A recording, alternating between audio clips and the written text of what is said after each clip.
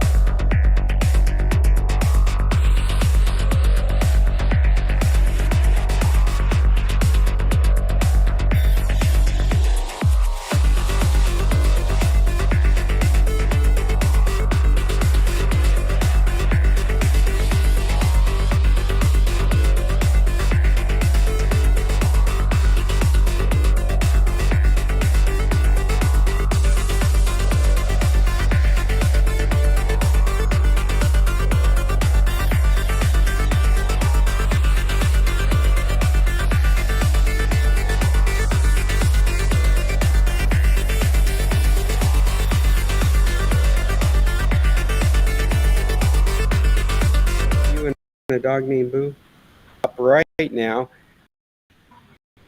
Look at how empty we are. It's me and Bill. In fact, I'm going to move this camera up. Welcome to the San Carlos Computer Club, where Bill and I are in person. There we go. Hello, Bill. Oh, here I am.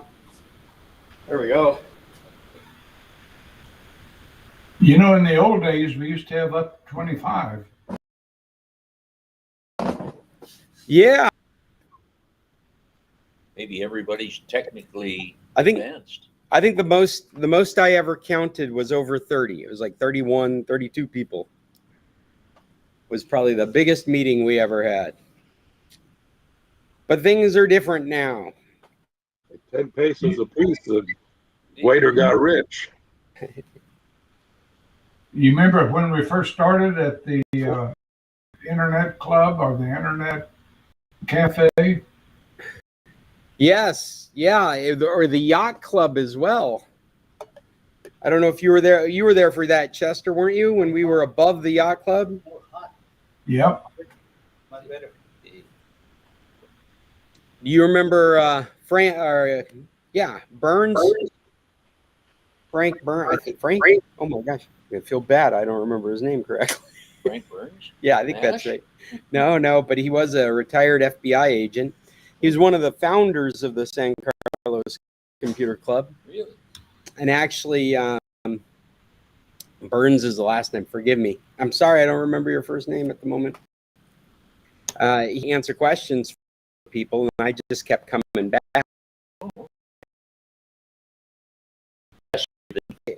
Jan Bommel was another one. The two of them actually were like founding members of the whole idea.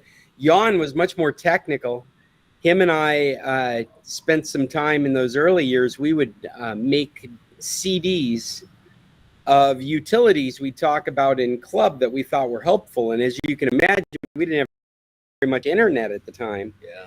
And so downloads would be very complicated. So like once a year, we would make a disc that had the tools we were most recently using and make it available to people in the club. Yeah, there's no such thing as apps. And just click a button and it would install.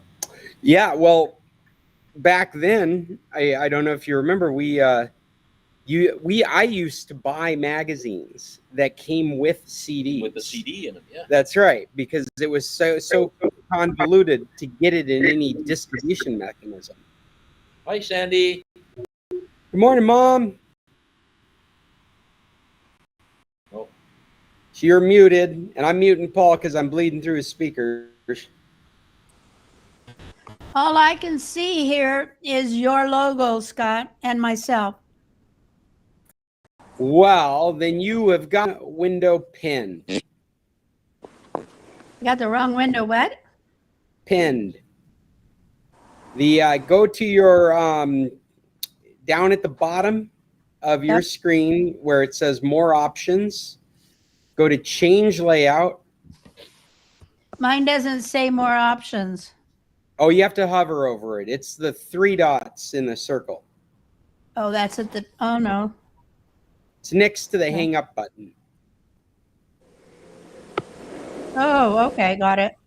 And then in change layout, go to tiled. I wonder when I change this. Well, it actually is probably changing on its own. And one of the things that's confusing the meet is for me to be able to have your voices show up in this room is I use another meet. And that's what you're looking at, is you're looking at the wrong meet. You're looking at one that has the logo microphone, but you want to look at the one that has the video, doesn't have a microphone. Okay. So the video should have an array of people's faces. You should see me and Bill from time to time. We're the only ones in Tequila today. I see Cheryl too. Good. So right off the bat, I just want to mention, I put a note in our document for today that this is our second to last meeting in person. This is the second last meeting for the year.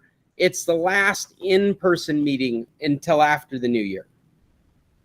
I've got plans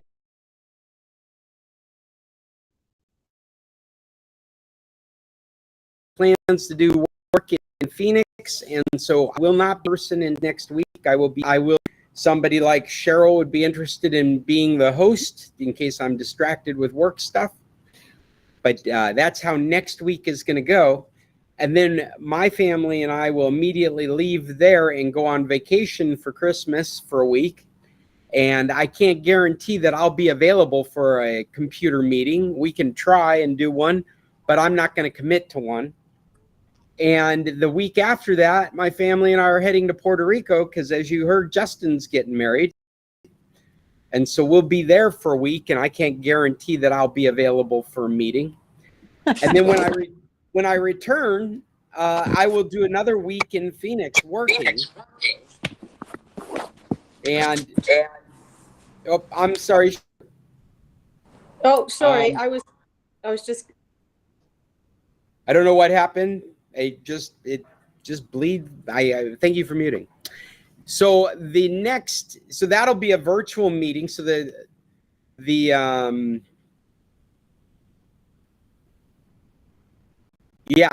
Tuesday the 9th will be a virtual meeting. Is that right? Yeah, because we get back on the 4th. I'll do a week in Phoenix. I won't be sitting in this spot again until the 16th of January. So a month. But we will do virtual meetings on the beginning and the end of that month. So we'll be 2 weeks of me not committing to a computer club meeting, and 2 weeks of virtual meetings. Virtual meeting, 2 weeks of nothing, and then a virtual meeting, and then back in person. Everybody got that? Sure. Yes, Cheryl. So my internet here, especially on my iPad, which is what I usually use when I'm running, so spotty. Like I've lost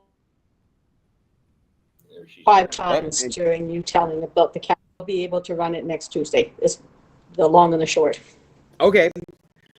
Well, I've been thinking about. I've had issues in the past under the same kind of circumstances. Maybe I'll be able to run it, and I'll just keep it in my pocket so that if somebody wants to get in and they can't, I'll hear a ding and I'll be able to put them in the meeting. I just won't be able to be the ringleader. I don't think. I'll try, but they give me a lot of allowances where I'm working, so we'll give it a shot. Either way. If we came to Tequilas next Tuesday. Oh, yeah, certainly. Especially if it's a day like today. There's nobody in here except Bill and I. Everybody working here is taking naps right now. We should probably order some food just because we're the only ones in here. I had a couple of pieces of toast. I don't want any food. I ate before I got here. Yeah, me too.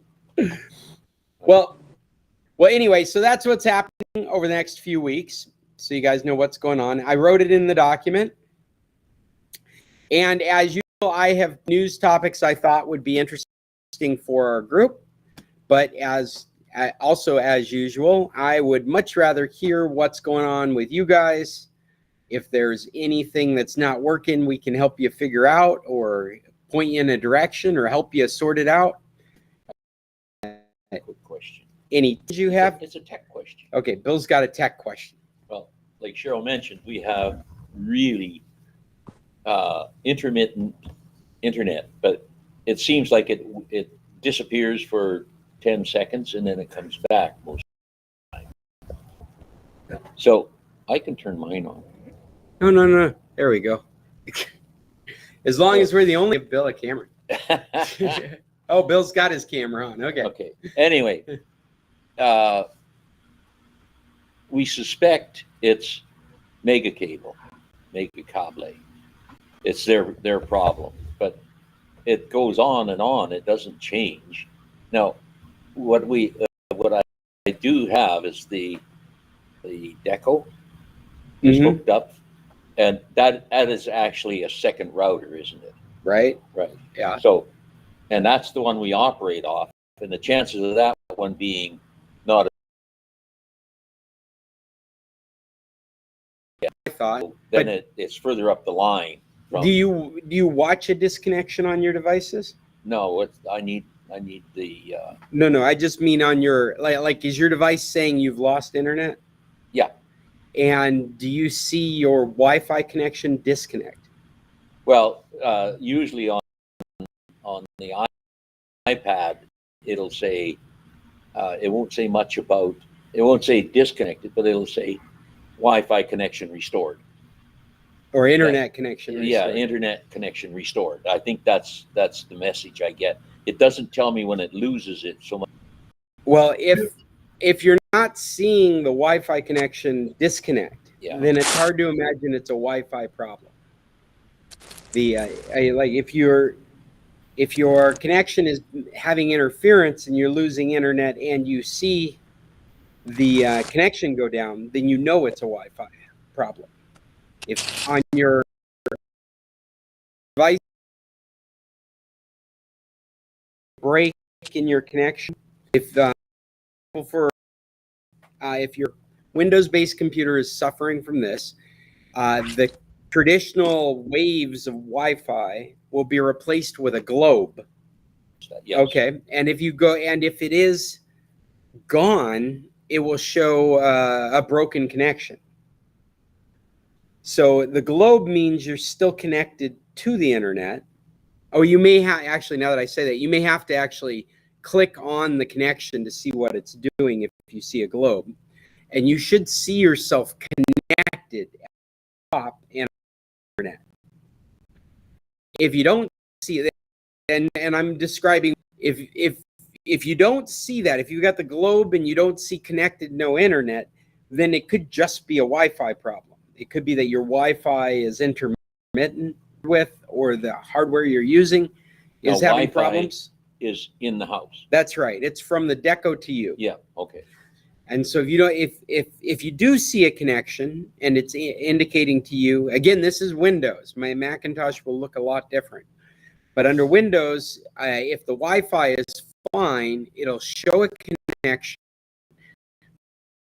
but it'll say no internet if the Wi-Fi is okay. And then you can make the assumption it's down the line that the problem is. And I'm assuming that's what's going on with you guys, is that it's down the line is the problem. Did you set up the deco here, or did you just plug it in and go? It just plugged it in and go. Okay. And gave it the password. That's the only thing that makes me think that it might be the deco. No password. That it hasn't been set up in this environment. You pulled it out of a different environment. Yeah, that's where I had all the problems. And stuck it in this environment. Yeah. And you didn't set it up as a new environment. No password. And if you did, it has no password. Well, I don't recommend that. Is there no password? Been a while. Yeah, but that's the only thing that I could think of that might bring the deco into it. That there might be something about the deco, and you know what, that might the deco is supposed to be a router as well, and it might, with the DHCP server of the mega, it could be that. Well, how about what do you have an Ethernet cable? Yeah. Yeah, you do. Plug in that into a device and monitoring the mega cable for a take the while. device over there? Oh, well, the only one I could plug it into is my laptop. Yeah, plug the laptop in there and run some speed tests. I like Ping Plotter. I think that's the one I need. Yeah, I've recommended That's that the one in the past. shows you when it drops out. That's right. In fact, what you might do is when you and Cheryl are going out, you could set up your computer to run Ping Plotter, so that way you're not interrupting your internet during the day. Now, is that off of the deco or off of the router itself? Well, I'm surprised the deco works without you setting it up again, and so that might be something to do. Well, but if you think it's mega cable, then pull the router out of there, plug a cable, just direct wire it in to your laptop, and set Ping Plotter on it, and you can come back in a couple of hours and see what kind of behavior it had. Right. Now, on the deco itself, it doesn't, when you're setting up, you get the flashing blue light. Yeah. But it's still flashing. It doesn't do anything. It never goes to solid blue. So that again indicates that there's something weird about the deco setup. Yeah. Yeah. But I think we had the problem before I put the deco in, I think. I'm not sure. Well, I'll go back. I'll unplug the deco and see. Yeah.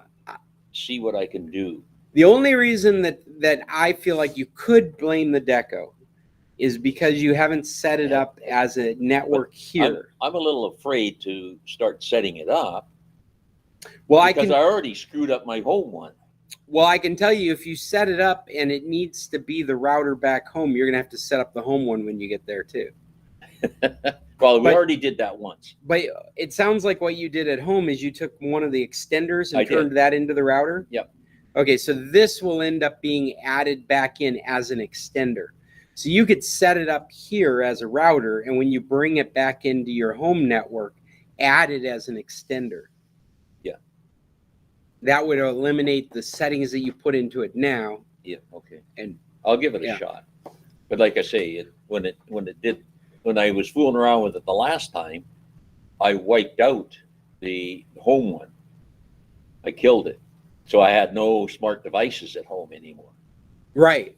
Well, so my son helped me set it up again. He was in the house. That's the only way I could get it set up again. I was blind, man. I was blind. These things aren't too expensive. You know, you could have one you travel with. I used to have one. I bought one because of just that problem, and then I never used it. So I think I gave it back to Riscotti or somebody. We'll see. Well, good. What else do we have? I have another artificial intelligence story, just a short one. Go for it. I doing some web work for one of my customers. He does boat charters down in Vallarta, and he just bought a new boat. And he's not much of a writer.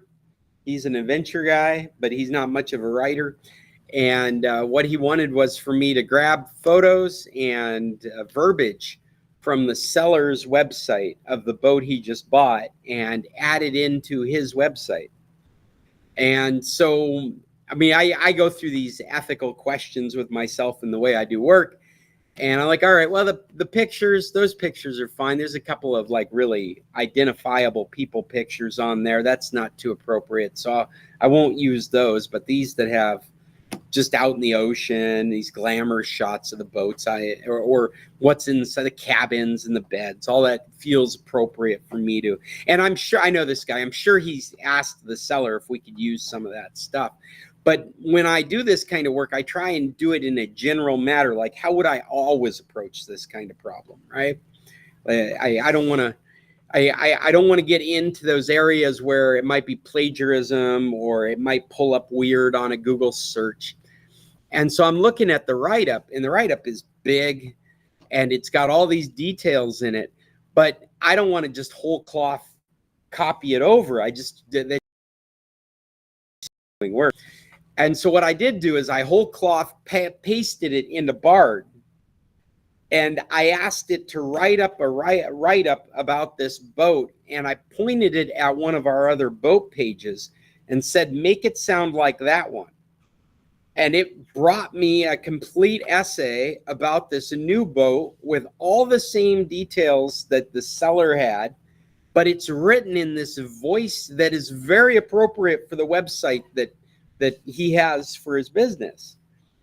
It was so successful that Richard and I started screwing around with it, and we told it to write it in a cyberpunk voice. And so pretty soon we've got this essay about this boat in chrome and steel, cutting through the ocean, running from the corporate overlords. It was an awesome narrative that included all the details that needed to be on this boat. That was definitely the most interesting of our experiments. But the next thing we did is we asked it to write it with SEO in mind, just search engine optimization in mind. And it did. It had all the details in it, and it gave us a list of keywords.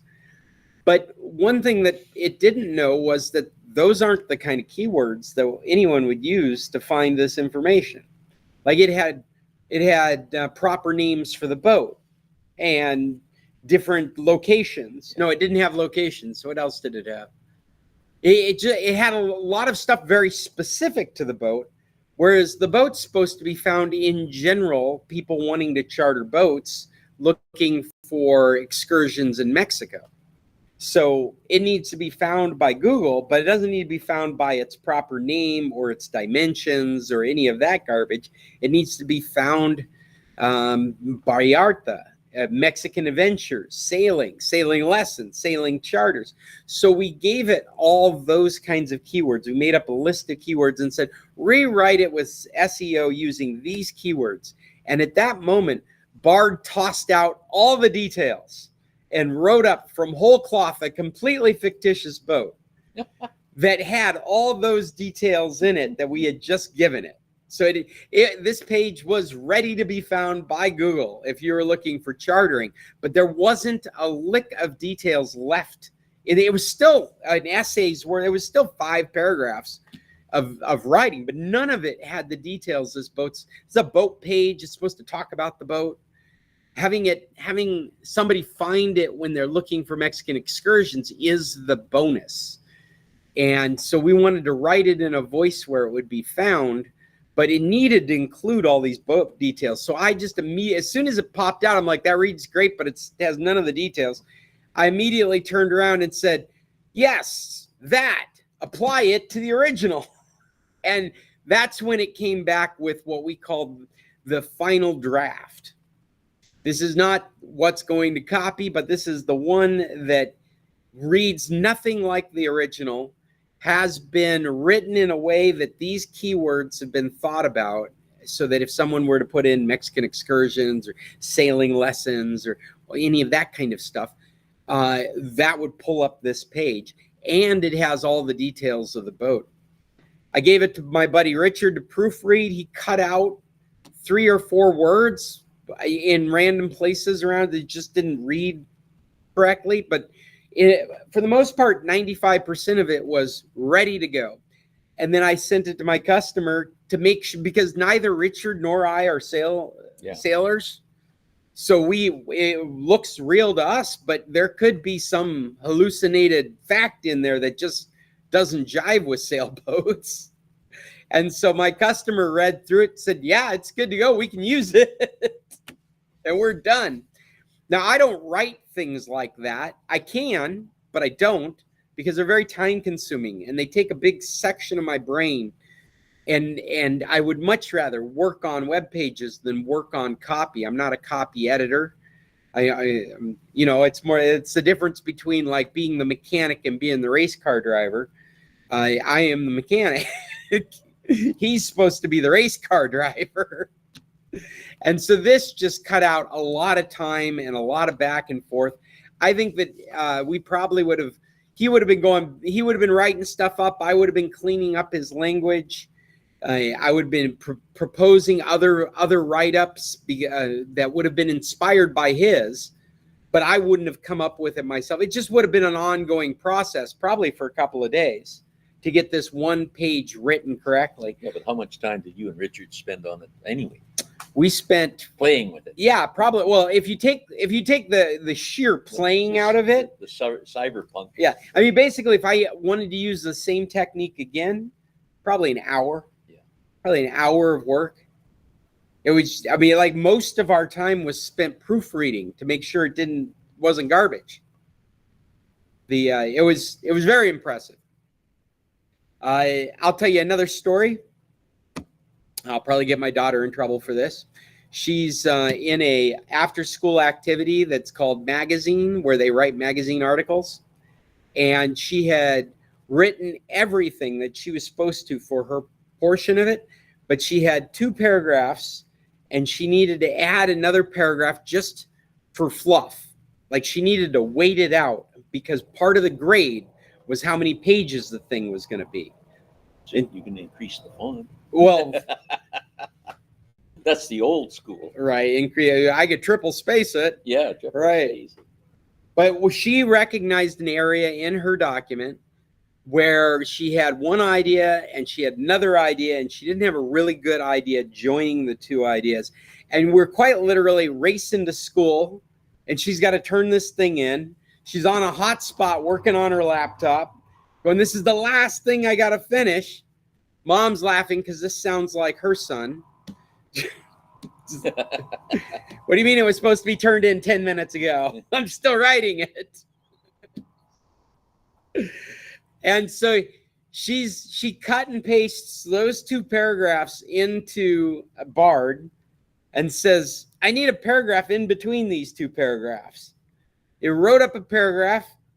She proofreaded it, changed a couple of things, had it generated again, pasted it in, 5 minutes of work, assignment's complete. She's lucky she has a techie as a dad. Yeah. Sometimes. Sometimes. I also Yeah, know, will the teacher pick up on it? yeah, it'll be interesting to see if it's something that they'll pick up on. These kids have gotten pretty bright with this stuff, just like Richard and I running it through a number of different styles. I think it's very rudimentary, the ability to determine whether you've used an AI on something after it's reached. I've seen AI bots now that will tell you if the copy is AI generated. Sure, yeah, that's what I'm talking about. Yeah. But those AI identifiers have not been as sophisticated as the AIs have become. Well, especially if you ran it through a few times, it'll disguise it pretty good, I would imagine. I kind of look at it like encryption. Yeah. At some point, it's going to be nearly impossible to pull apart what was created, because it required all these known pieces to create this unknown piece of work. And the reason they're able to identify it is because they get pulled together in an identifiable way. But when that identifiable way becomes more obscure, there's no way to know what piece came from where, how it was weaved together. And so I think, just like when you've got your keys, encrypting something is very easy. You've got the 2 things in front of you, mash them together with the math, and you end up with this encryption. You give it one thing, it can say, oh, I can pull that out. I end up with the other thing. But if you don't have those things to begin with, you can't decrypt it. There's just no way. It's much easier to encrypt than it is to decrypt.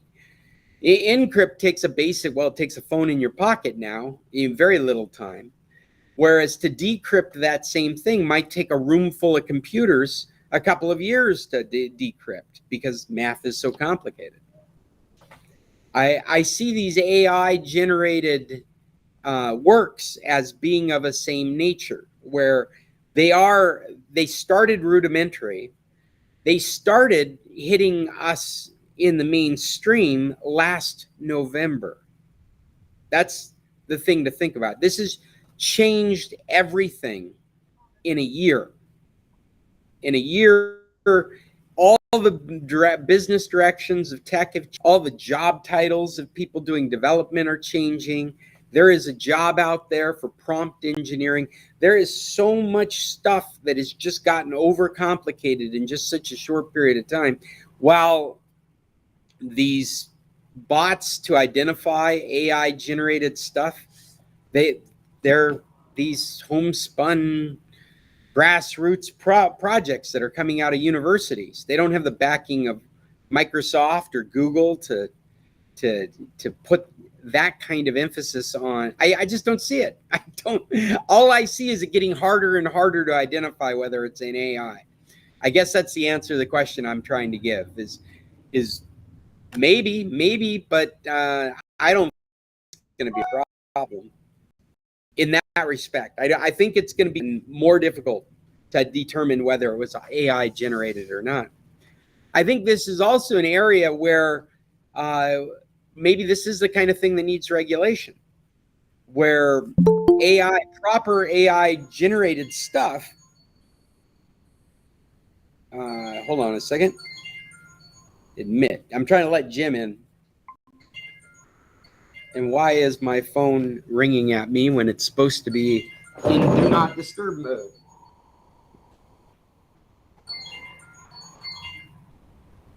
I could swear I had it in do not disturb.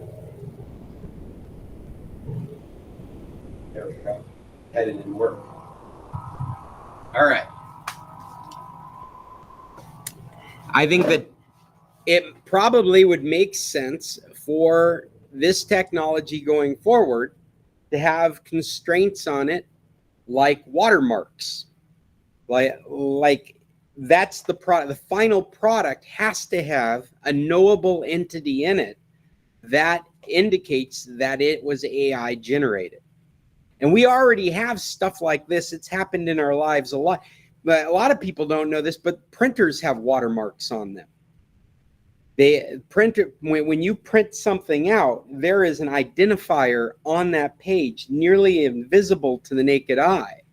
And the authorities use this in investigations. They use this in counterfeiting. They use this in any of these investigations where they have to track where papers have come from. I think that this concept can be applied to AI-generated things, and then you have a set of principles by which running an AI is okay in our culture, and this is one of those principles. Well, all of that is just me ranting about different technologies in AI, but it does lead me to one of the articles that I brought, which is very interesting reading. It talks about what happened to Sam Altman and why he really got fired from OpenAI. And I gotta say, it's pretty on the mark from what I was sharing with Computer Club a couple weeks ago. This is an example. This OpenAI guy losing his job was losing his job because of the way that he was garnering favor within the organization and maintaining support for a capitalistic endeavor to bring money into the organization. And this article goes into the different things and the different people that he worked with to solidify the support he would need to go out on this capitalistic branch of the organization and be secure doing it. They're very intelligent people that feel like his direction in the business world was a definite threat and it was not safe, and they didn't like the way he was going. For that, with these are AI scientists. I mean, we're talking about rocket scientists in the computer world. These are some of the smartest people. That's the reason they were hired. They're working for this organization because they have an altruistic view of their role in advancing this technology. And they are beside themselves by how he has turned this into a cash grab for their organization. But at the same time, he's such a mover and a shaker that he has gotten the majority of people, not these people on the board that are steering and controlling the idea of this development, but the people that are like behind the desks, the people that are in the, I mean, I don't know the factory workers of AI. I don't know what that would be, but that's the worker bees. He has been able to get the majority on his side and support it. At the same time, this deal he's got with Microsoft, Microsoft is so concerned about losing access to this technology after their big investment that he is their guy. So whatever happens, they have to work it out. Microsoft was caught completely off guard by him being fired. And now Microsoft is solidified in this open AI organization. This organization that was put together with the idea of bringing AI to fruition, but through responsible ethical means, is gone.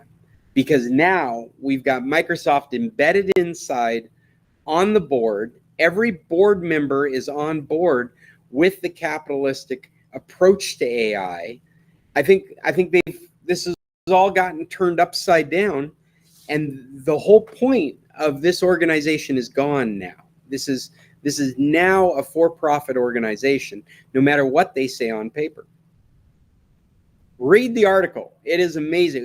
We love to prop up somebody that looks like they've gotten the shaft, and that's exactly how this looked in the media. But that's not the case. There was really well thought out people behind this decision. And it being a surprise was intentional, because they did not want him to be able to do what he did, was garner favor and thwart their decision.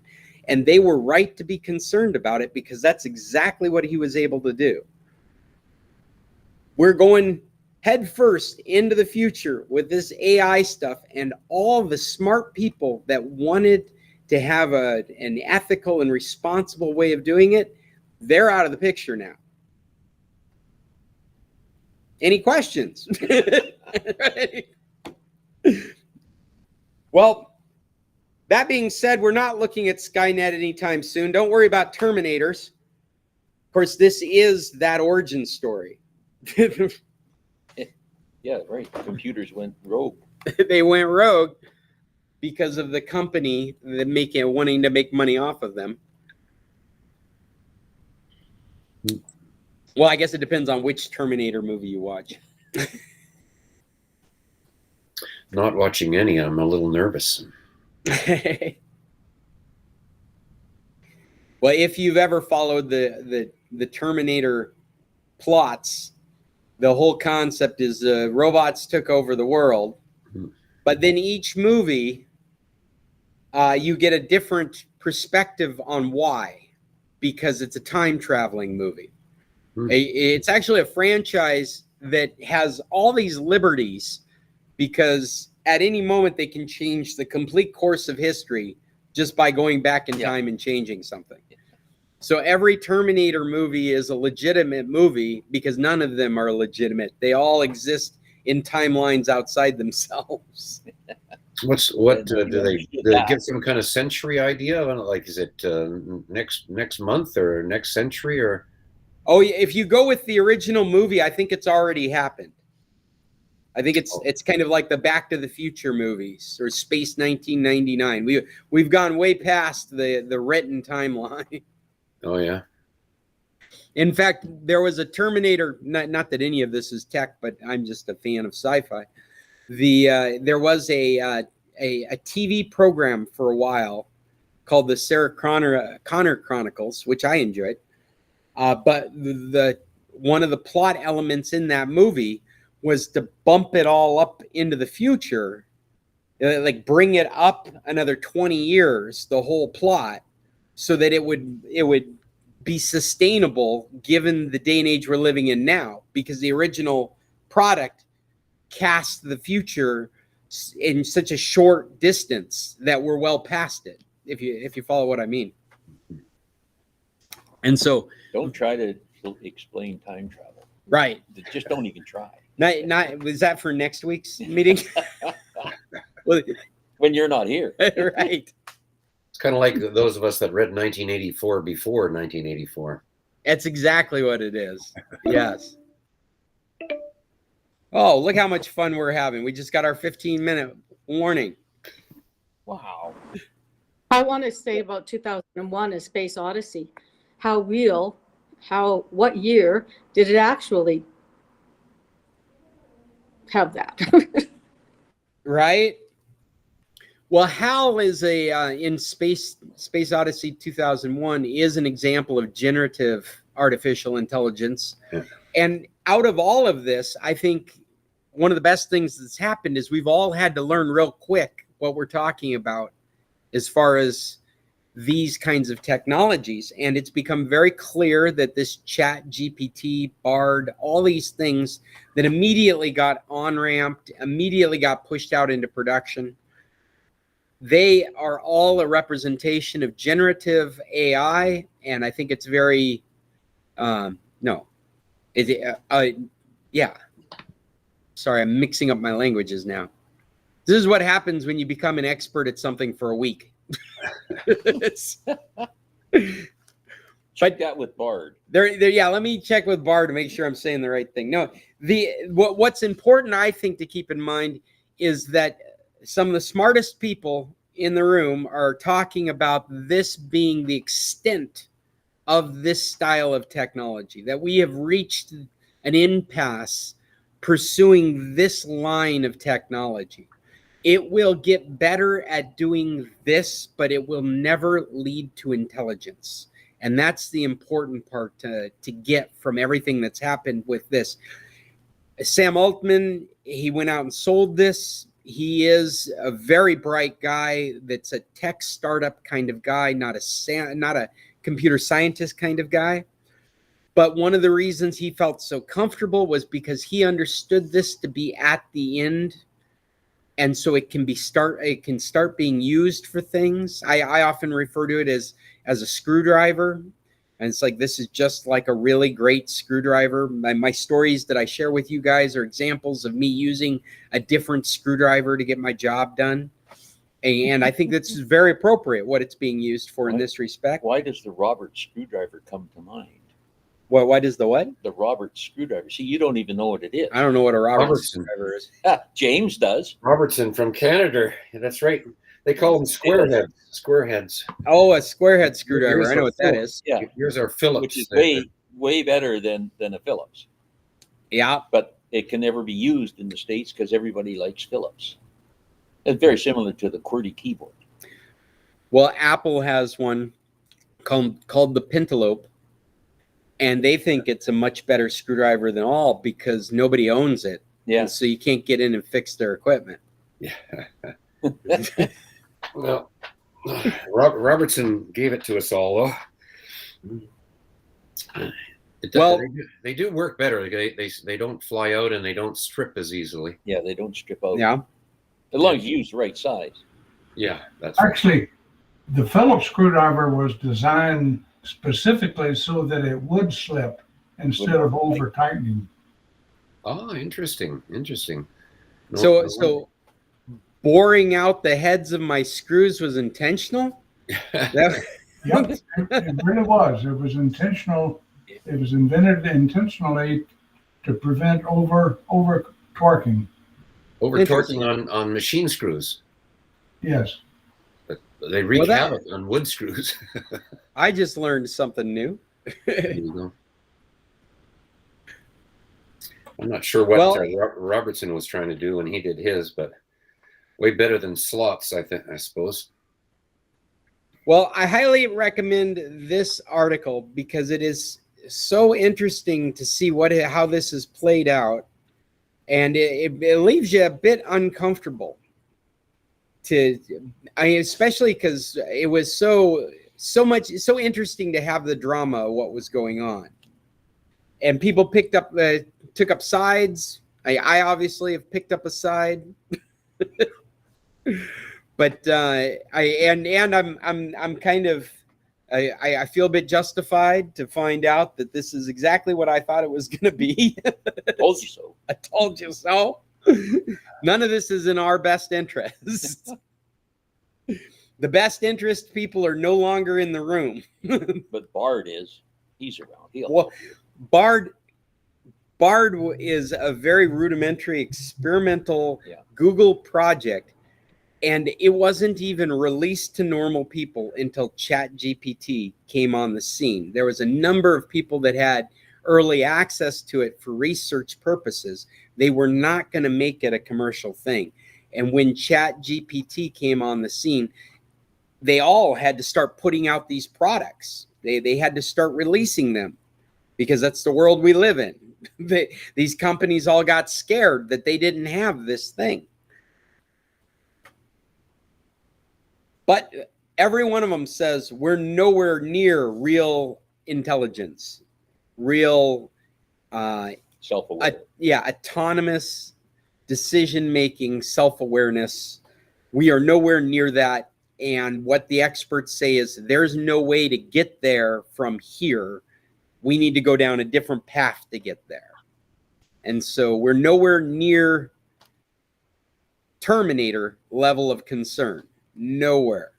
And some of the scientists, in fact, we talked about an article, I think it was 2 weeks ago, by a Google engineer that has retired because she didn't appreciate the change in the focus. And one of her concerns is not these these science fiction stories that people tell about artificial intelligence. She's like, we're focusing on the wrong thing. That narrative is the wrong narrative. We should be talking about how much power these things are having to use, our current climate crisis, the way these can be used to manipulate information. It's not about an artificial intelligence taking over and making bad decisions. It's about the way our current decision makers are going to be using what currently exists. And it's going to translate into more power usage than's necessary, unscrupulous acts being committed, things of that nature. Those are the things that we should be concerned about. Have you heard the thing that they're using AI to generate targets for the Israeli forces in Oh Gaza? my God. I had not heard that, but this technology is probably very appropriate to get those kinds of results. Yeah, and you have to put in parameters, I suppose, like, because you have a target, a lieutenant or a general in the Hamas, and so then of course you can put in what the permissible damage is. Like, can you kill 1,000 other people to kill the one general, or can you only kill 24 to make a legitimate target? And then you can just dial it in, and apparently they've opened up the parameters, and that's how 18,000 people in Gaza, who don't seem to necessarily be, card-carrying Hamas soldiers, although it's a hard one there. But well, what you're describing, Jim, just breaks my heart because my mind immediately goes to sliders in an application, circles of damage that can grow around the target and shrink depending on what priority they put on collateral damage. Yeah, a slider of collateral damage is what you're describing. Yeah, that's exactly it. And they were quite high, I think, when Obama was taken out. There were probably as many military U.S. military people that were at risk as Pakistanis were put at risk. Wow. At the time, so it's not that way now. These are the things that people should be focusing on, is how we're going to use this technology. What kind of rails are we going to put it on? That's what this group was trying to do, was they were trying to develop an intelligent system with care to the ethics and controls that it needs to grow and become intelligent. One of the catalysts for where we are now is Elon Musk just getting bored with how slow they were moving and taking his money and going home. It all started out with the best intentions. And I suspect, well, I know from my reading that this organization was put together with money from different corporate interests because they didn't want government to get involved in regulating AI this early. They wanted to have a what do you call it? A skunk works, I guess, of AI going that had regulation and controls and ethics built right into it. And that's what led to the investments in this nonprofit. Yeah. Well, that's from Business Insider. And I put a link in the document that I shared with you guys last night, called "We Now Have More Info on What Sam Altman Did and That Was So Bad That Got Him Fired from OpenAI."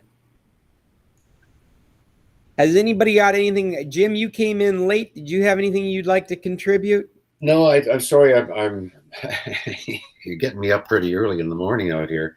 So, I did get breakfast though, so. Excellent. No, I don't have any real things to bring you right now. Although I did enjoy Colbert coming back after his appendix bursting, and talked to Liz Cheney. If anybody missed that, it was a interesting little thing. He's he apologized, well, at least acknowledged that over the past he's made some pretty piquant jokes about Cheney and her father, and she said, well, actually, I don't know what piquant means. Because I think that's I forget what she called it, but essentially a left-wing word. You know, they were joking with each other though, so it was quite fun. Well, I have found her very interesting to listen to in these interviews. If anything, she's pushing the message. She is that, you know, and not just folding her own position, you know, because I mean, definitely she has intellectual things to do, but it's just the manner in which you're trying to achieve your ends is, and I don't think that. I mean, she voted with Trump 90% of the time. Yeah. She doesn't represent my politics. No, but she sure is a patriot, an American that believes in the process, you know, and realizes that by having that balance, you keep on the rails instead of just taking big wild turns, you know. Well, you can see how well that's working in our country. The Trump is the favorite, so. Well, you see what's going on here too in Canada. It's we've got a mini Trump that's coming on strong. They took him out and buffed him and polished his skin and got him a new hairdo and some new suits, and they're turning him out. And he to people who haven't been paying attention and haven't watched him for the last 10 years, he looks like a real guy. Looks a little bit like Mike. Or is it Johnson? Is it Mike? Are you talking about the new head of the? Yeah, the House Speaker. Yeah. He looks a little bit like that, you know. He's got that same kind of look, well polished, preppy look. I am starting up the next meet. I just noticed we've got like 2 minutes until this one ends. So why don't we take a moment and just switch over to the other meet? All right. And then I'm going to shut down this one meet for everybody.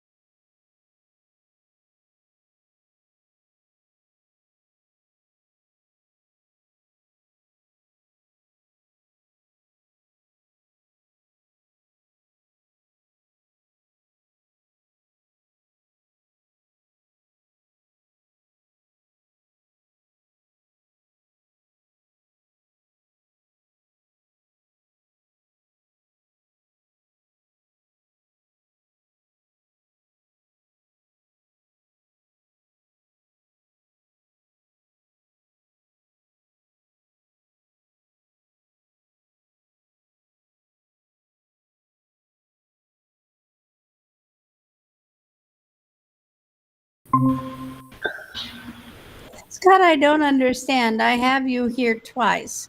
Yep. I have you here once with the logo, and then I have you here where I can see you, but on the left-hand side of the picture of where you're at is a repeat of what's on the screen. Yep. So the reason is because in Tequilas, for me to put your voices up on the TV so that people can hear what you're saying virtually, I need to use a noise canceling mic. So I have a computer that is working in that fashion, just as a microphone. And that computer's in the meet as the San Carlos Computer Club. It's this one. I can bring up the video and just, you can probably see me. There I am. Hello. So that's our microphone. But that's I like that. Yeah, that's better. Like that. Really? Like to be able to see you better. Yeah. Well, what I'm doing though is I'm broadcasting this to the whole world, not just to you guys. And so what you want to do if you want the full experience is to find the one where we're all in the picture and pin that to the front of your your meat. And then we cycle through different views of what's going on here in Tequilas and what's happening with you guys online in that one window, if that makes sense. Just But choose that one window and have it as the screen. That's right. That one video window. Yeah. Well. And then this has gotten more complicated as Google has made changes, but the full experience would be to choose that one window and pin it, and then go back into change layouts after it's pinned and choose spotlight. And then all you would be seeing would be the one presentation. And I just screwed that up on myself. I'm trying to do it right now myself. Where am I? Here we are. This is the one that needs to be pinned for here. Actually, here just doesn't matter because there's just Bill and I, and we're looking at each other. But I do have it on a screen behind us. So just Bill and you down there chowing down at Tequilas. Oh, no chowing. No just coffee. chowing. Both of us showed up full. No. Yeah, they're being really nice, letting us sit in here drink coffee. You guys are going to get bounced. That's right. Oh well, I can't make that happen. Back to tiled. Okay, Jim, you're back to tiled. Do you see the one with all of us in it? The one tile that we're all in? Yep. Okay, so if you hover over that, there'll be Oh, a I see the pin there. Yeah, pin. Click the pin. Yeah. Now Google made some changes, and I suspect your screen has us pinned and then some other faces off to the right. Right. So to get rid of that, you'd go back into layout and you would switch to spotlight. Change the layout. Spotlight. All right. And then that should fill your screen with the one window of all of us. Absolutely. That's fantastic. You have to tell me how to do it next week. Right. We should just start out the meeting like that, right? Yeah. Everybody pin the video. Yeah. That's right. I just got to look at myself, and I forgot I didn't tell anybody, but I don't have any hair anymore. A little bit. Just roll it all forward. Yeah. I don't know if you remember, but I had hair down past my shoulders. Mm-hmm. Yeah. And I was growing it so that my daughter could get extra credit. She's in a social studies class where they could give her they were going to give her extra credit if she got people to volunteer braids for a charity that makes wigs for kids that have cancer. Yeah, it's good. It's a good one. And so she was able to get hair from me and from her aunt. And because of that, she was not required to take the final exam. Nice. Nice. So being the father of a daughter that needs a good grade, I feel like that was a good cause. There you go. We all have to do our thing. That's right. Bill, you nervous? What's that? Is Bill nervous? Oh, what are you doing over there, Bill? No, I just said, is he nervous? He's that she's going to come along and make a pitch. Oh, for Bill's hair. No, it's too late. It's over with. Oh, I should have had her approach Bill, though. That would have been funny. I did that years ago for the prom class in my high school. They needed a fundraiser, so I said I would sell them my hair at $100 an inch. For every $100 they raised, they could cut an inch off of my hair. Oh, wow. And at the last day, this was at Christmas time, the last day, I gave them a twofer, 50 cents or $50 an inch. They raised, oh God, I can't remember, $1,700, I think. Wow. They raised $700 the last day just collecting in the cafeteria. Wow. So they cut 17 inches off of and I tail, and then they kept the money and you kept the ponytail. I kept the ponytail, And then it disappeared out of my room one day, and I never thought much of it. Then at the end of the year, they presented me with this kind of shadow box thing with my hair in it and a thank you. I've still got it sitting in my desk. That's great. A fundraiser. Yeah. I don't know, But they actually got more than 17 inches, because put it in a ponytail, measured up, cut it off, take the ponytail strap off. It all fell down, so it's long here and short in the back. That's exactly the experience I had. So then I had to go to the barber and get him to trim it up. It was the first haircut I'd had in years. Cost me like $15. He charged me $15 to trim it, and his daughter was in the class. That's capitalism. Well, I had exactly the same experience. They put it in a ponytail tail and cut it, and the sides fell. I don't have a lot in front anymore, so the sides fell down. Yeah, exactly. And then the following day, I had my wife go at it with a razor and cut it down. Yeah. Sony, on the other hand, Emily's aunt, we'd both been growing hair for 2 years. Mm-hmm. We had not had, neither one of us had had a haircut in 2 years. So I end up like this. Her hair got cut off at shoulder length after 2 years of growing her hair. Yeah. She had hair after 2 years going down, almost touching her butt. And they were able to take off all they wanted and still left her with enough hair that it was down on the shoulder, brushing on her shoulders. I'm almost shaved off. She's still got all this hair. As a side note, I've never been back to the barber since. My hair stays this long all the time. Oh, you never get a haircut? And I haven't had a haircut since 2000. I was ready for a haircut. My hair had gotten down to just about Bill's length, and it was unmanageable. I was having to brush it in the shower. Yeah. I was having to throw it over my shoulders. It reminded me of back when I was in college. I'm like, oh man, I'm ready to cut this off. My problem is that if I ever shaved and cut my hair off, my grandchildren wouldn't even know who I was. They would disown me. Well, I want you to know that Paul and I have the same hairstyle now. Oh yeah, looking good. You're not alone, Mom. That's right. That's right. I was with a little girl the other day that I was visiting her grandmother, and she was there, and she was giving. She's 3 years old, 3.5, precocious, and she was explaining to Carolyn that she should really push her hair behind her ears because it would be more becoming, to Carolyn. And then she was talking about how their hair was the same, except the little girl had bangs. And I said, well, I used to have bangs, but I lost them. Right. She was trying to figure out how do you lose your bangs?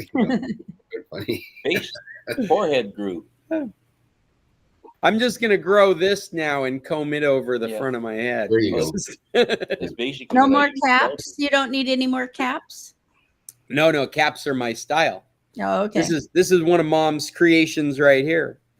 I really like this cap because you can pull it way down. That looks like Alaska style to me. Yeah, knit cap. It's a knit cap. Oh, yeah. It's actually fairly long. Oh yeah. It bunches into layers, which is kind of cool. All right. Oh, there you go. You could be a subordinate clause on that. But no, caps are my style. Okay. Got to keep working. Well, I did bring some other tech articles I thought people would be interested in hearing about. We don't have to go through it, but if you guys are iPhone users, 17.2 has just come out. Yeah. This is the iteration that I typically recommend is good to move from the previous version to the new version. I'll reiterate that I typically, when they go from something like a 16 something to a 17 something, I don't like doing it right at the 17. I like to wait for two big iterations. 17.2 represents that. So if you're still on 16, you have my blessing to go to 17.2, but you don't have my instructions. 10.5 and 11. And my instructions are always make sure you have a full backup before you do these updates. And you can have that backup in iCloud, or you can connect it to a computer. It is a bit hand-wringy in this day and age because these phones you can have them set up to update automatically. But the one time you don't want that is when it blows up your phone and all of a sudden you're not able to use your phone until you fix whatever the problem is. And so my attitude as an IT person is always get a good backup before you do anything. If you've got iCloud space, that's a great place to put a backup of your phone. If you don't have iCloud space, your other option for a backup is plugging it into a computer and using iTunes to back up the phone. And I highly recommend it before you do an upgrade of this nature. 95% of the people out there are going to have no problems. My recommendation is that you're not part of the recovery mechanism. I upgraded mine, and I guess by lack of knowledge. And the problem I ran into is that I couldn't open the phone unless I put in my passcode. And that was irritable because I don't use a passcode. I want to use my phone whenever I want to use it. And so, but I have a friend that helped me go through it and get rid of that. Yeah. Are you saying when you first went to start it up, they made you set a passcode? No, every time I would wake it up from it being asleep, I would have to put in a passcode. Yeah. Yeah. Well, that's normal when you have a passcode in it. That's very common. The newer phones, I think since 8, will use facial recognition. No, I'm sorry, since 10. Since 10, they'll use facial recognition. 8 was back when they used fingerprints so that you could use your fingerprint to get in. But they really encourage you to use a passcode. And then it's the biometric stuff that lets you in conveniently. I thought you were going to tell us a story of you've had a passcode, never use it because you never turn off your phone and you always use the biometrics. And all of a sudden you didn't know what your passcode was. Now, the only problem I have in that regard is I'm having trouble sometimes hanging up the phone when I'm talking and hanging it up. I don't know. Is that because you can't slam it? There's nothing to slam it against. I've had enough of you. I just turn it off. I heard a comedian one time say that's why cell phones just don't done with this really hostile conversation, and then it's boop. Like booping them on the nose. Right. I'm hanging up on you. Boop. I would like to hear more about one of your posts had to do with ad blocker.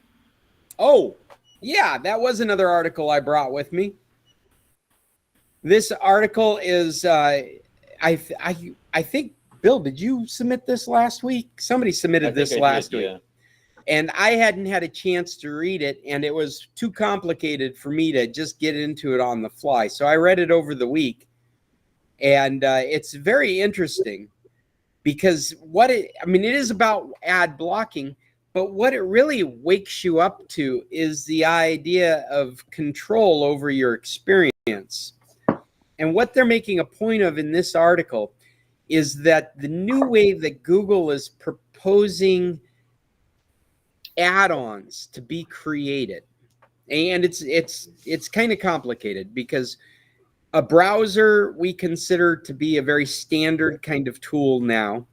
Browsers are made by a couple of different companies. So you've got Microsoft's browser, you've got Google's browser. Microsoft's browser is Edge, Google's browser is Chrome. Opera is an organization that makes a browser called Opera. And once again, I have mentioned 3 browsers that are built on the same technology. So when you get into the innards of it, they're the same engine, the same code. What they've done is they've extended those engines with the extras that they think that you're going to buy. This would kind of be like all the motors for cars are built by the same company, and the only distinguishing characteristics is, does your car have fins on it? Do you have tinted windows? Do you have pretty rims? It's kind of as an analog. That's the best kind of comparison I could make, because the underpinnings of the technology are the same. Firefox is different. Safari is different. Those are two other browsers considered tools in this day and age, but their underpinnings are a completely different motor.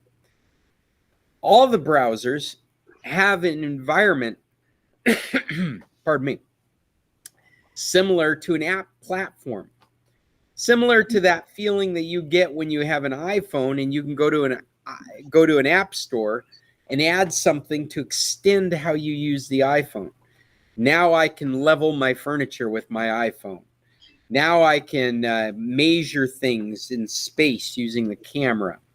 These are now I can check my Facebook. These are all extending that product with an application from an app store.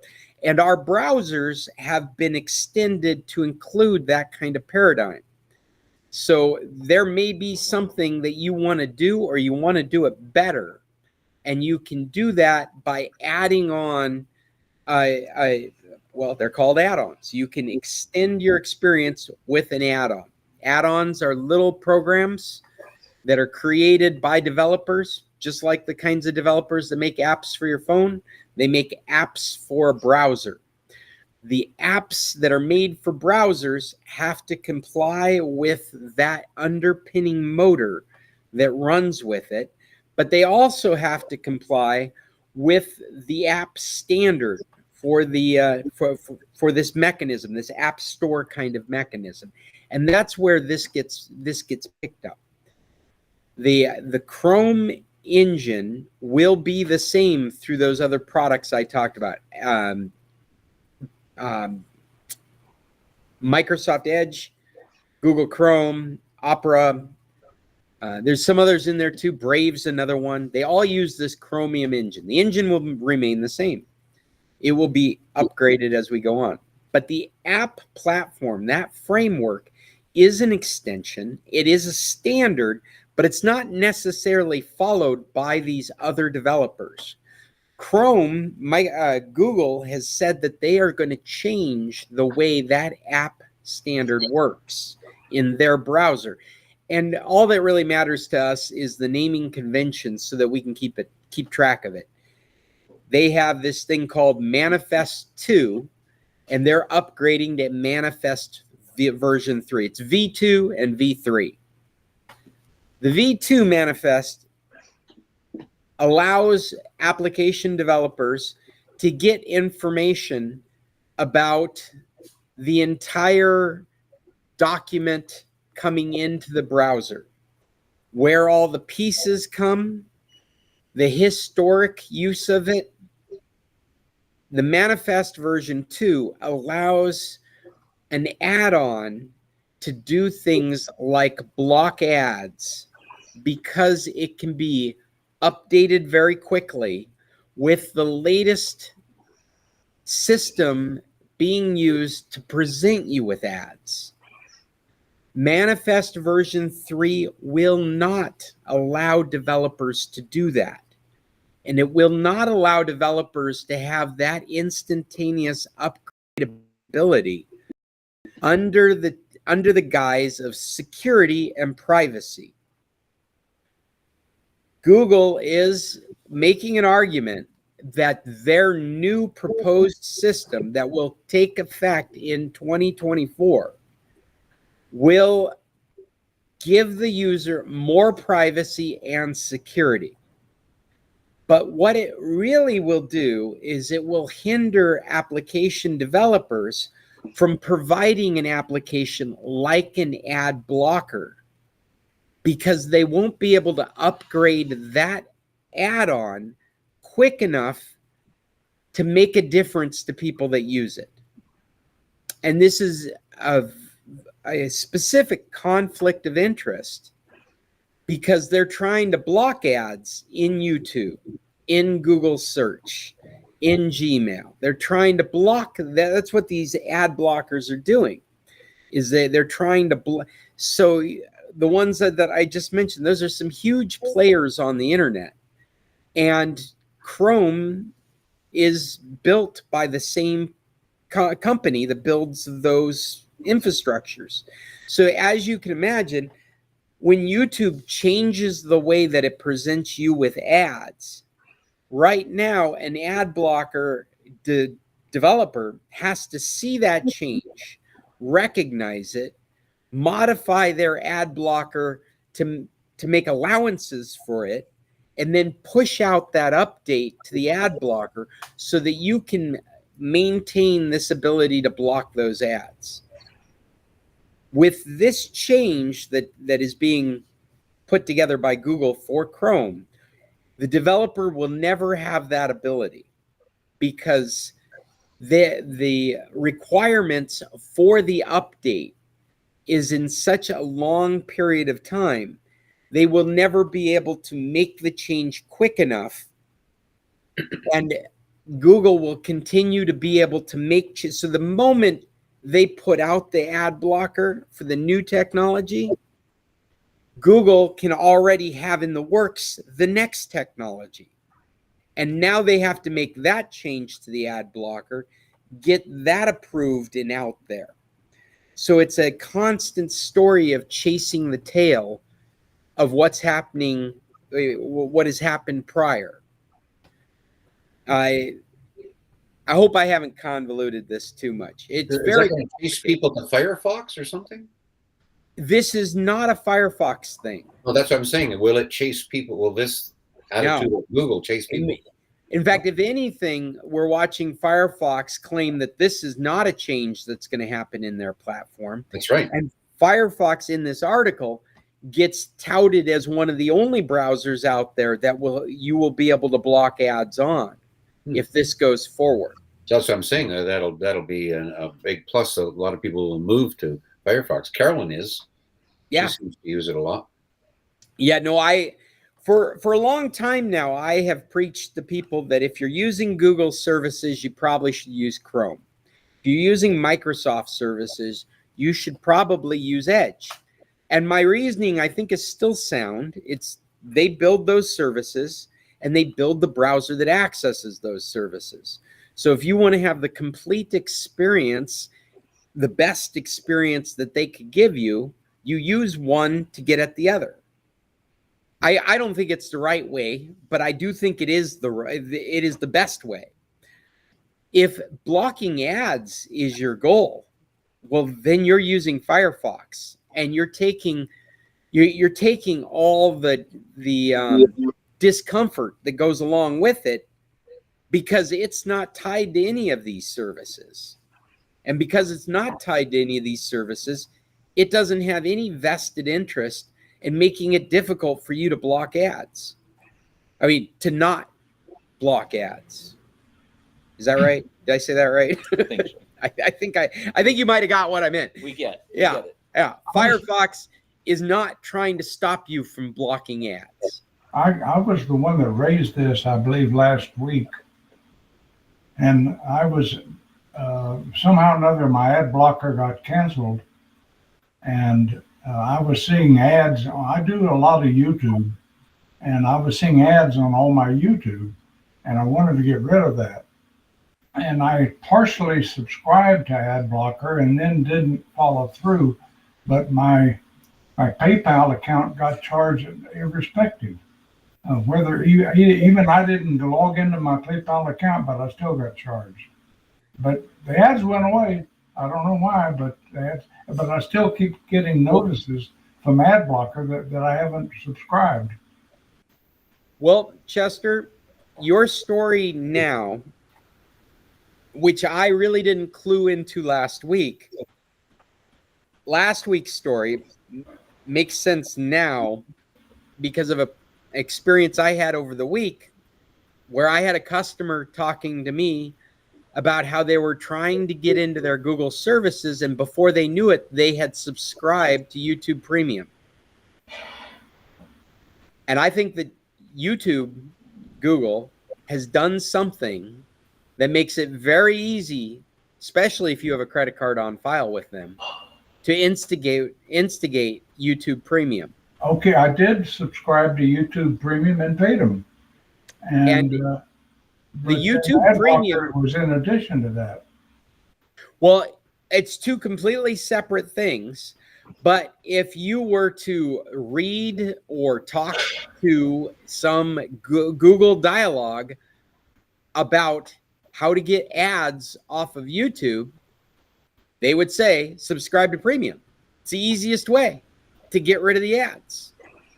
And I listened to a journalist the other day talking about how he had forgotten, he decided to save some money, so he canceled his Premium subscription and forgot how many ads, and they use YouTube a lot, but it had just been lulled into this experience where they'd forgotten how many ads are really on YouTube. And within less than a week, he subscribed to Premium again because he needed those ads to go away. It was driving him mad. Well, I have the same story. I subscribed to the YouTube Premium, and my ads all went away, both on TV and on the internet. Well, I mean on TV as well as the computer. Anywhere you're signed in. Yeah, anywhere you're signed into YouTube. But then I've had this issue with ad blocker in addition to that. Right, because it's a separate thing. But how did ad blocker get into my PayPal account without my opening the account? Yeah, that's an odd one right there. I mean, it might be that you've got a link there. Like I know from my PayPal purchases, depending on where I'm purchasing, I just have to hit a button and it will go through the rest of the transaction. I don't know about a new transaction. It seems like you should have to authorize a new transaction. I would have thought so. But Yeah. anyway, it was only $19, so I haven't challenged it because it's just so small. One time charge? One time. Well, and we'll see how many people are challenging that kind of stuff when they implement this and all these ad blockers stop working.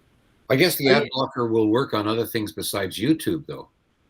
Oh, well, ad blockers do work more on other things than YouTube. YouTube has worked really hard to make it difficult to block ads. Just YouTube as a specific entity. It is very difficult to run an ad blocker that's blocking YouTube ads. It can be done, but it's very complicated. Not for us. It's pick the right one and pay for it, and it will do it. But technically, it's been it's one of those cat and mouse games. In fact, this article and says this is the idea that they've slowed down the mouse. Like the mouse cannot get away, and that's a metaphor for these ad blockers. Really, is this idea that you can't block ads if you don't know quick enough how they're presenting ads.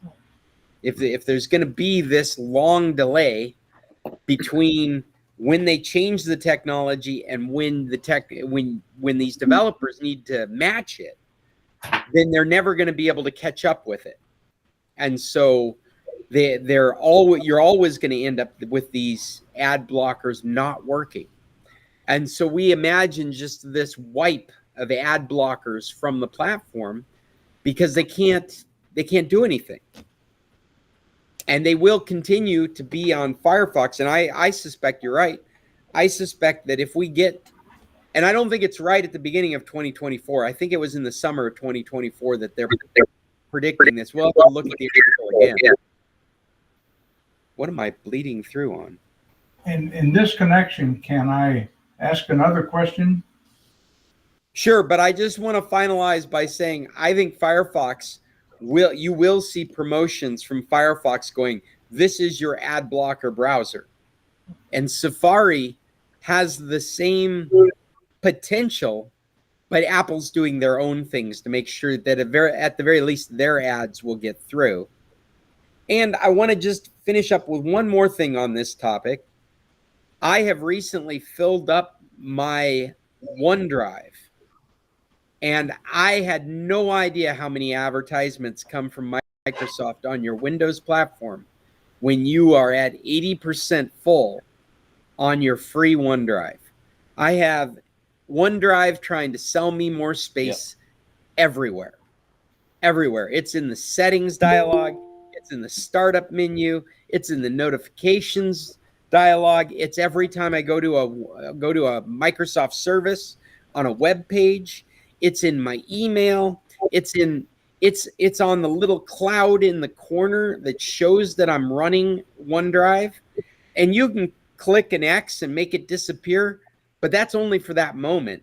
The next time you start something up, it's going to be back. It is so infuriating that I almost am ready to pull out my credit card and pay for more space just so these advertisements from Microsoft will go away. I had no idea. I was not ready for it. I put something in my OneDrive, immediately filled up all my remaining space, and now I'm just inundated with advertisements to buy space from Microsoft. Go ahead, Chester. What was your other question? Yeah, my other question is sometimes, I turn my computer off every night. And maybe I should or shouldn't do that, but I do. But my question is that very often when I turn the computer on of a morning, pardon me, ads will pop up on programs that I no longer have on my computer. I can't run it off the top of my head, but they'll be asking me to upgrade, and I have to get rid of the thing. It's a pop-up thing that when you first start the computer. How do you get rid of those? Well, yeah, that's a good question. And what you want to look for is startup items. So, like for me, I would want to see what's starting up in the computer. Okay, I know where that is. Yeah. Okay. Well, I mean, what I was going to say is you can easily go to the window and start typing startup, and it will present you with startup apps. In fact, I'm going to show you my screen right now. You guys are all on my screen. But here's my start menu button, and I hit that and I start typing startup. I hope you guys can see what I'm doing. And at the top here, it shows startup apps, and that's a Windows setting, and it has a list of everything that's allowed to start up with the computer. I got you. I didn't think about that, but that's a good solution. Well, look in there, because there's one here that I've got turned off that's for Microsoft Edge. And you might find that one of your browsers is just getting started up right with the computer. But that probably is not the end of the problems you're having. That is why they're starting up the computer with problems. But there's also this compromise that we've talked about over the last couple of months, where something that was a legitimate action gave illegitimate websites the ability to send you notifications. And I've talked about this before. I'll take a moment and talk about it again. We had a point a few years back where we started doing these things called progressive web apps. And all that really matters is that the app is made up of everything the web page is made up of. So when you go to the app as under a web browser, it is quite literally the exact same thing that might be encapsulated into a little app on your phone. For them to take advantage of building apps in this fashion, that web app has to be able to send notifications to your device. I think of this in terms of like email. If you get a new email, the app has to be able to tell your device you got a new email. So you go to your notifications list and you see, I got a new email. It's as simple as that. There needs to be this connection between the app and your system's ability to send you notifications if it's going to tell you what's going on periodically. Because of that need in progressive web apps, they built every web page from every web server the ability to send notifications to your device. So that's why when you go to a modern website, it says something like, the New York Times would like to send you notifications. Would you like to allow or block this? You may not have even known what notifications meant. You may have even thought for a moment, well, if I don't allow it, I'm not going to be able to use it.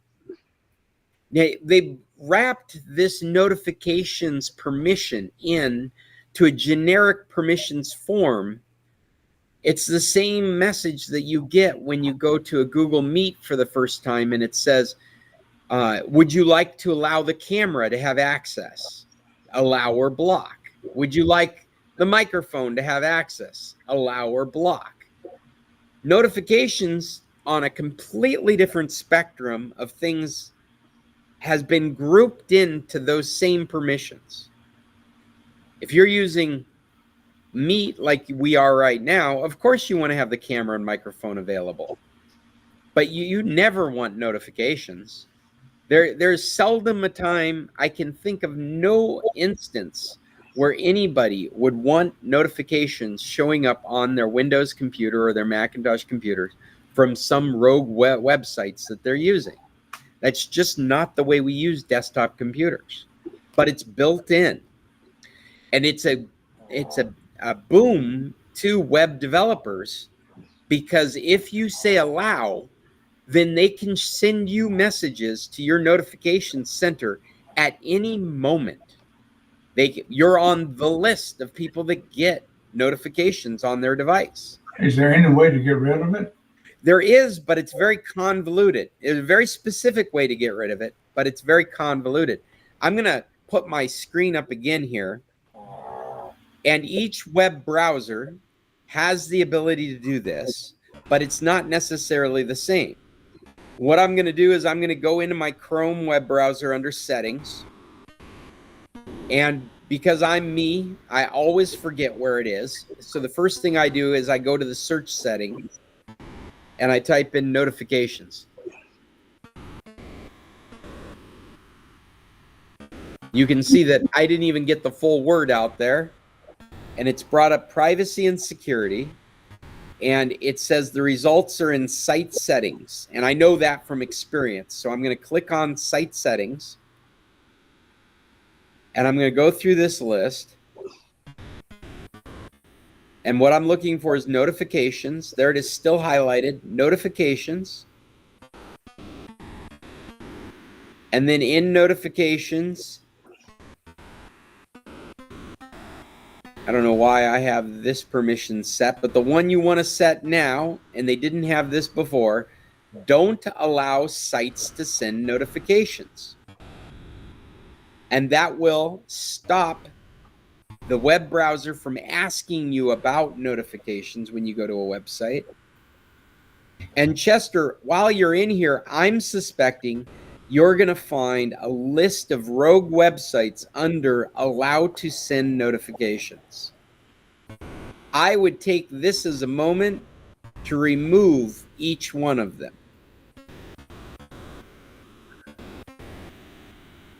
Just like I did there for the Meet. I don't know why that was set to send a notification. I don't want notifications sent.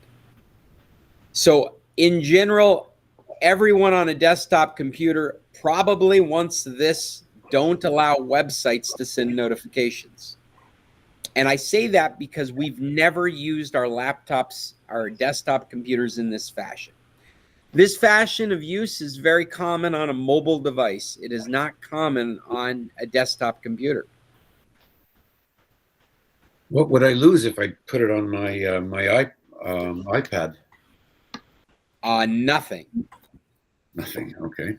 Nothing. In fact, you probably lose your mind if you weren't doing this stuff.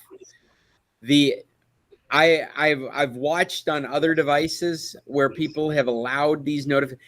They're in Gmail and they allow the notifications. Well, every time a new mail comes in, they've got a new mail notification on their desktop device. But that's not the way. They don't normally allow themselves to be interrupted by notifications of that style.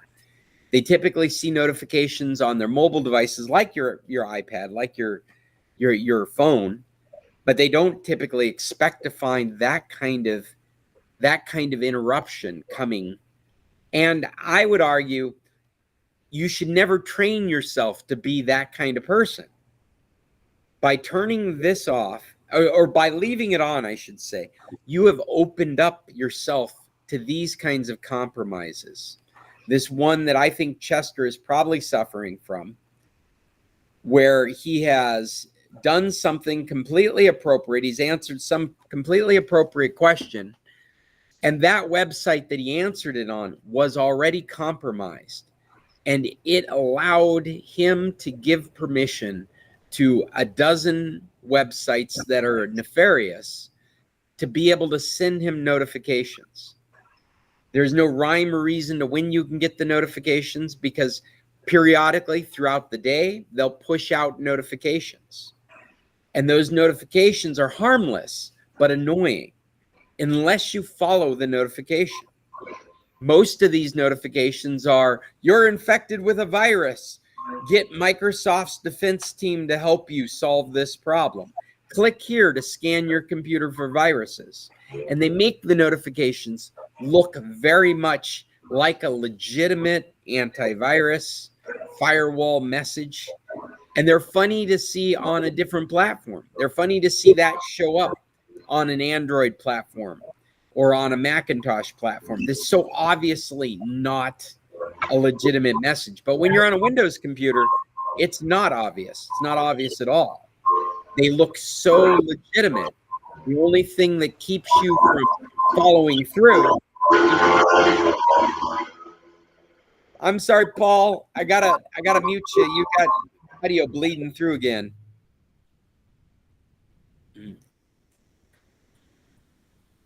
But on a Windows platform, those messages look very legitimate, and it's only your pre-knowledge of this kind of issue that would keep you from clicking on it. And the moment you've followed through with one of those, that's when you've infected your computer.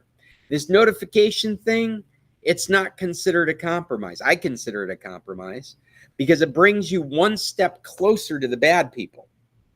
And I don't think that's the way we should be running our computers. So I say turn off notifications in your web browsers. And the other thing that's insidious is every web browser has its own notification system that you have to turn off. I said notification system. Sounds like you'd be looking in the browser to see the notifications. The browser notification system is that link to the notification system in your device. When it's on, Firefox is able to send notifications. Oh my gosh, my tongue is so tired of saying this word. That Firefox is able to send notifications to the Windows notification system. When it's on in Edge, it gets sent to the Windows notification system. So it releases the responsibility of the browser over to the operating system, if that makes sense. All of that's setting you up for a problem. Yeah, Mom, I'm gonna work on this right now. Okay. Yes, Mom, how can I answer your question? Well, of course, I'm going to need more help from you. But your notification that you send out about our club, would that be something that would be dropped? No, not at all. Not at all. In fact, those are email notifications. You pick them up in your email. We're really talking about your experience with your device. It's important to think of it like that. In your handheld, you get a text message from my sister, and it pops up on your screen saying, you've got a text message from Stacy. That is a notification, and it's using the device's notification system to tell you.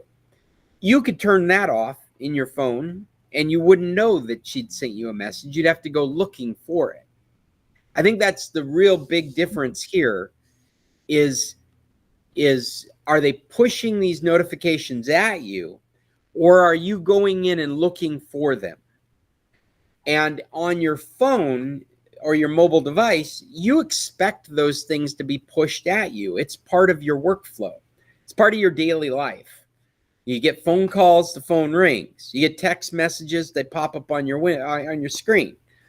You're late for an appointment, it pops up saying, hey, you're supposed to be somewhere in 15 minutes. If it wasn't for the notification system in that mobile device, you wouldn't be able to take advantage of any of that. However, we've never used our desktop computers in that capacity. The most is we've got some Macintosh mail program that's configured, and if we leave it running, it'll pop up and it'll say, you got a new email message. But on the desktop computer, the way we've typically used them is you go looking for those things. You go into your email to see if there's a new email. You go into your calendar to see what's going on your calendar, right? The exception might be we used to have Microsoft Messenger, and that would pop up in the corner. Skype is another good example. That would be the exception to the rule. I'm running Skype because I'm hoping to talk to my sister today. Right? The Skype probably represents the limit of the notifications that you used to allow on your computer. On your desktop experience, Skype is probably a good analogy for the kind of thing that you would allow to bother you while you're using your computer. Can you block all the notifications and just let Skype do it? Well, yes, because Skype doesn't actually use the Windows notification system. It uses its own thing. Okay. And what you can do in Windows is you can put it in this mode. Let me go back to my screen real quick. You can do this in Macintosh as well. It's a different language, and I don't have my Mac in front of me, so I can't remember what it is. But if I go over to the notifications area, there is an option called priority only. Priority only can be defined. In my case, it's defined for anything except for alarms. Alarms being things that I've intentionally set for like calendar issues. But you can turn all that off. So there is no priority only. It does not allow any messages through. When priority only is off, the alarms only is when it's off, then anything that can send notifications to the operating system will be popping up as a little message in the lower corner, and it will list. If you can see my screen now, you're seeing a blank notifications area. It will list in that notifications area until you come to clear it. With Focus Assistant is the name I should have said, because when it's off, when it's just sitting there and you haven't configured it, it calls itself Focus Assistant. When you click on it, that's when you get the options. In this case, I set mine to priority. Nothing set as priorities.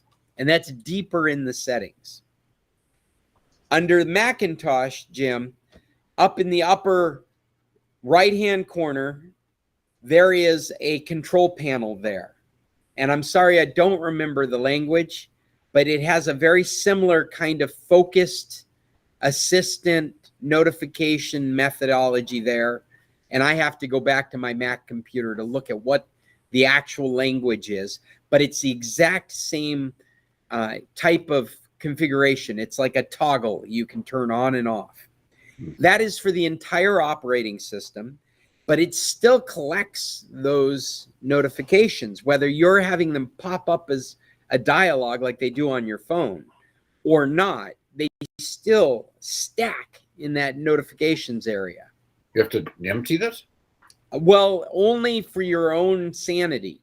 Because if you don't empty them, then it'll turn into hundreds of notifications over time. And so, I mean, it's up to you and how your workflow is, how you use the computer. And I got to mention, we're running out of time. We have been here forever now. And we are on the last few minutes of this meeting. So this has been the San Carlos Computer Club, and we're going to shut it down fairly quickly here. Good session today. Thank you, Chester. Yeah, nice. And everybody, I hope their festive season is starting. We're starting to get some parties. I I went out and was Secret Santa gave me another bauble for my Christmas tree. Oh, all right. That's what I needed. But I hope it's all going well for you guys. So, well, let's regroup next week. Is there any last minute questions? We really. Cheryl did. Oh, Cheryl, did you have a question? No, I just haven't. I'm watching. Oh, okay. We do have. It looks like we do have 9 minutes left before this meeting finishes. So, Cheryl, what are you watching? 6 Feet Under. Somebody 6 Feet introduced Under. me to the series. It's a TV series. I guess it was years ago. There are 5 seasons out there, and I've managed to binge 3.5 already.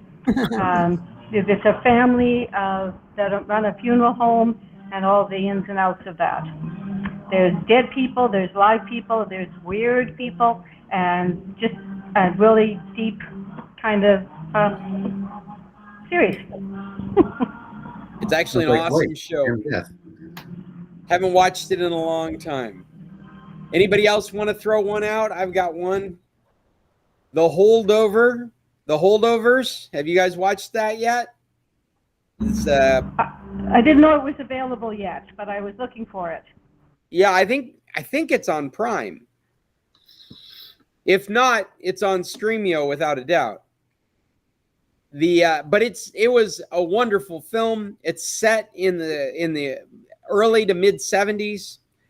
One of the things that was really interesting about it is that it starts out with watermarks and policy trailers, like rating trailers, like you would see in a movie theater back in the 70s.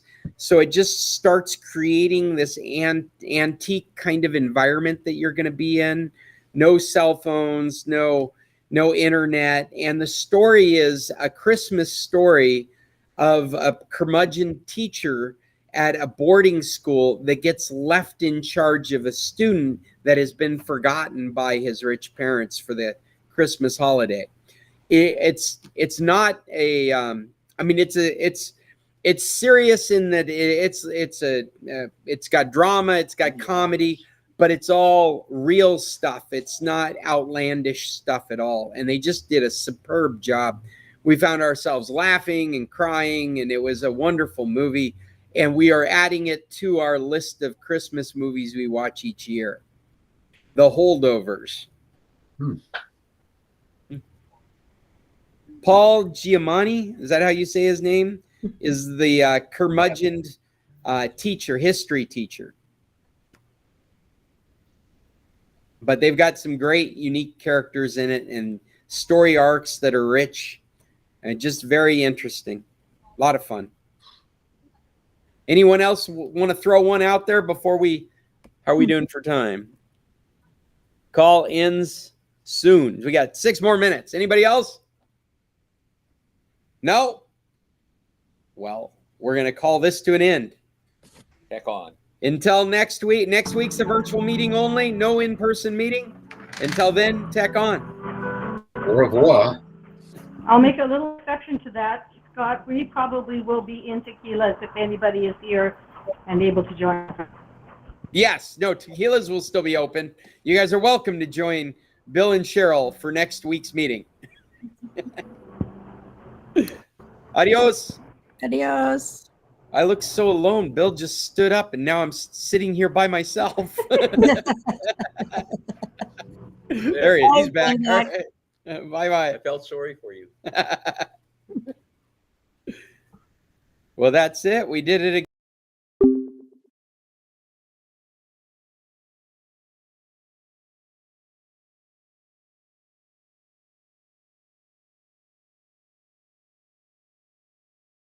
I'll turn this microphone on. Okay.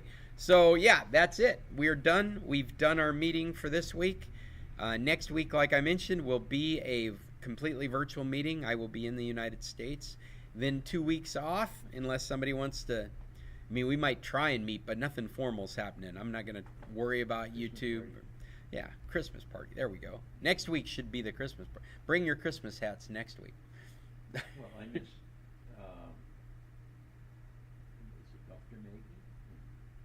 Yeah, right. She Yeah, used to bring used to bring candies for us. Chocolate. Well, guys, have a good week, and we'll talk to you next Tuesday. Tech on. And wear her sparkly earrings, or her winking earrings. Right? I Yeah. think I saw her the other day, but it was